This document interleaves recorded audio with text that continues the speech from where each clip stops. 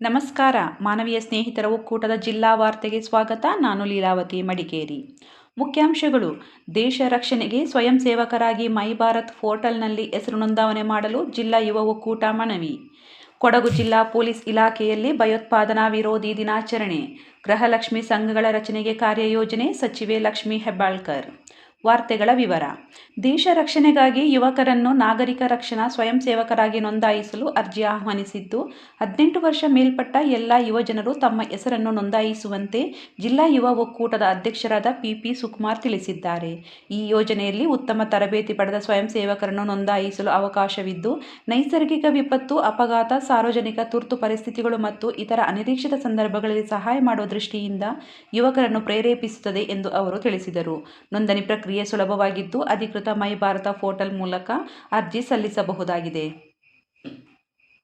ಜಿಲ್ಲಾ ಪೊಲೀಸ್ ಕಚೇರಿಯಲ್ಲಿ ಭಯೋತ್ಪಾದನಾ ವಿರೋಧಿ ದಿನವನ್ನು ಆಚರಿಸಲಾಯಿತು.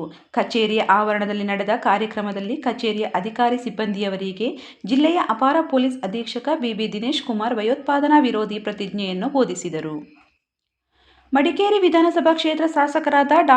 ಮಂಥರ್ಗೌಡ ಅವರ ಅಧ್ಯಕ್ಷತೆಯಲ್ಲಿ ಮೇ 23ರಂದು ನಡೆಯಬೇಕಿದ್ದ ಮಡಿಕೇರಿ ತಾಲೂಕಿನ ತ್ರೈಮಾಸಿಕ ಕೆಡಿಪಿ ಸಭೆಯನ್ನು ಮುಂದೂಡಲಾಗಿದೆ ಎಂದು ತಾಲೂಕು ಪಂಚಾಯಿತಿ ಕಾರ್ಯನಿರ್ವಾಹಕ ಅಧಿಕಾರಿಯವರು ಶೇಖರ್ ರವರು ತಿಳಿಸಿದ್ದಾರೆ. ಕೊಡಗು ಪತ್ರಕರ್ತರ ಸಂಘ ಸೋಮವಾರಪೇಟೆ ತಾಲೂಕು ಘಟಕದ ವತಿಯಿಂದ ಮೇ 25ರಂದು ವಿದ್ಯಾರ್ಥಿಗಳಿಗೆ ಪ್ರತಿಭಾ ಪುರಸ್ಕಾರ ಮತ್ತು ಸದಸ್ಯರ ಕುಟುಂಬ ಸಮ್ಮೇಳನ ಕಾರ್ಯಕ್ರಮ ನಡೆಯಲಿದೆ.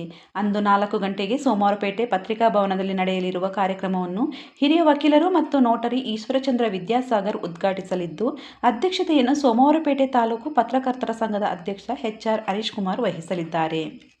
ಕೇಂದ್ರ ಸಂಸದೀಯ ಸ್ಥಾಯಿ ಸಮಿತಿ ತಂಡದ ಸದಸ್ಯರು ನಗರದ ಜನರಲ್ ತಿಮ್ಮಯ್ಯ ಸ್ಮಾರಕ ಭವನಕ್ಕೆ ಭೇಟಿ ನೀಡಿ ವೀಕ್ಷಿಸಿ ಜನರಲ್ ತಿಮ್ಮಯ್ಯ ಅವರ ಹುಟ್ಟು, ಬೆಳವಣಿಗೆ, ವಿದ್ಯಾಭ್ಯಾಸ, ಸೇನಾ ಕ್ಷೇತ್ರದಲ್ಲಿನ ಸಾಧನೆ ಬಗ್ಗೆ ಮಾಹಿತಿ ಪಡೆದರು. ತಂಡದಲ್ಲಿ ಲೋಕಸಭೆ ಮತ್ತು ರಾಜ್ಯಸಭಾ ಸದಸ್ಯರು ಹಾಜರಿದ್ದರು. ಮಡಿಕೇರಿ ಶ್ರೀ ಕೋಟೆ ಮಹಾಗಣಪತಿ ದೇವಾಲಯದಲ್ಲಿ ಚಿನ್ನದ ಕಿರೀಟ ಸಮರ್ಪಣಾ ವಾರ್ಷಿಕೋತ್ಸವ ಶ್ರದ್ಧಾಭಕ್ತಿಯಿಂದ ನಡೆಯಿತು. ಇಂದು ಮುಂಜಾನೆ ಶ್ರೀ ಕೋಟೆ ಮಹಾಗಣಪತಿ ದೇವರಿಗೆ ಅಭಿಷೇಕ, 21 ತೆಂಗಿನಕಾಯಿಗಳ ಗಣ ಹೋಮ, ಇನ್ನೂ ಹಲವಾರು ಸೇವೆಗಳನ್ನು ನೆರವೇರಿಸಲಾಯಿತು. 2 ದಿನಗಳ ಪೂಜಾ ಕೈಂಕರ್ಯದಲ್ಲಿ ಅಪಾರ ಸಂಖ್ಯೆಯ ಭಕ್ತರು ಪಾಲ್ಗೊಂಡಿದ್ದರು. ಕೊಡವ ಸಾಹಿತಿ, ರಚನಾಕಾರ, ಸಂಗೀತ ನಿರ್ದೇಶಕ, ಹಾಡುಗಾರ, ಹಿರಿಯ ಕಲಾವಿದ ಚಕ್ಕೇರ ತ್ಯಾಗರಾಜ ಅಪ್ಪಯ್ಯ ಅವರನ್ನು ಮೈಸೂರು ಕೊಡವ ಸಮಾಜದಲ್ಲಿ ನಡೆದ ಸನ್ಮಾನ ಸಮಾರಂಭದಲ್ಲಿ ಕೊಡಗು ಕಲಾವಿದರ ಸಂಘದ ವತಿಯಿಂದ ಸನ್ಮಾನಿಸಲಾಯಿತು. ಪ್ರಸ್ತುತ 2025-26ನೇ ಸಾಲಿಗೆ ಮಡಿಕೇರಿ ತಾಲೂಕು ಸಮಾಜ ಕಲ್ಯಾಣ ಇಲಾಖಾ ವ್ಯಾಪ್ತಿಗೊಳಪಡುವ ಪರಿಶಿಷ್ಟ ಜಾತಿಯ ಡಾ. BR ಅಂಬೇಡ್ಕರ್ ಮೆಟ್ರಿಕ್ ಪೂರ್ವ ಬಾಲಕ ಮತ್ತು ಬಾಲಕಿಯರ ವಿದ್ಯಾರ್ಥಿ ನಿಲಯಗಳಿಗೆ ಆಸಕ್ತ ಮತ್ತು ಅರ್ಹ ವಿದ್ಯಾರ್ಥಿ-ವಿದ್ಯಾರ್ಥಿನಿಯರಿಂದ ಆನ್ಲೈನ್ ಮುಖಾಂತರ ಅರ್ಜಿ ಆಹ್ವಾನಿಸಲಾಗಿದೆ. ಅರ್ಜಿ ಸಲ್ಲಿಸಲು ಆಗಸ್ಟ್ 30 ಕೊನೆಯ ದಿನವಾಗಿದೆ. ಸೋಮವಾರಪೇಟೆಯ 66/11 kV ವಿದ್ಯುತ್ ವಿತರಣಾ ಕೇಂದ್ರದಲ್ಲಿ ಮಾರ್ಗ ನಿರ್ವಹಣೆ ಕಾಮಗಾರಿ ಕೈಗೊಂಡಿರುವುದರಿಂದ ಈ ಕೇಂದ್ರದಿಂದ ಹೊರಹೊಮ್ಮುವ F2 ಶಾಂತಳ್ಳಿ ಮಾರ್ಗದಲ್ಲಿ ಮೇ 23ರಂದು ಬೆಳಿಗ್ಗೆ 10ರಿಂದ ಸಂಜೆ 5 ಗಂಟೆಯವರೆಗೆ ವಿದ್ಯುತ್ ಸರಬರಾಜು ಸ್ಥಗಿತಗೊಳಿಸಲಾಗುವುದು.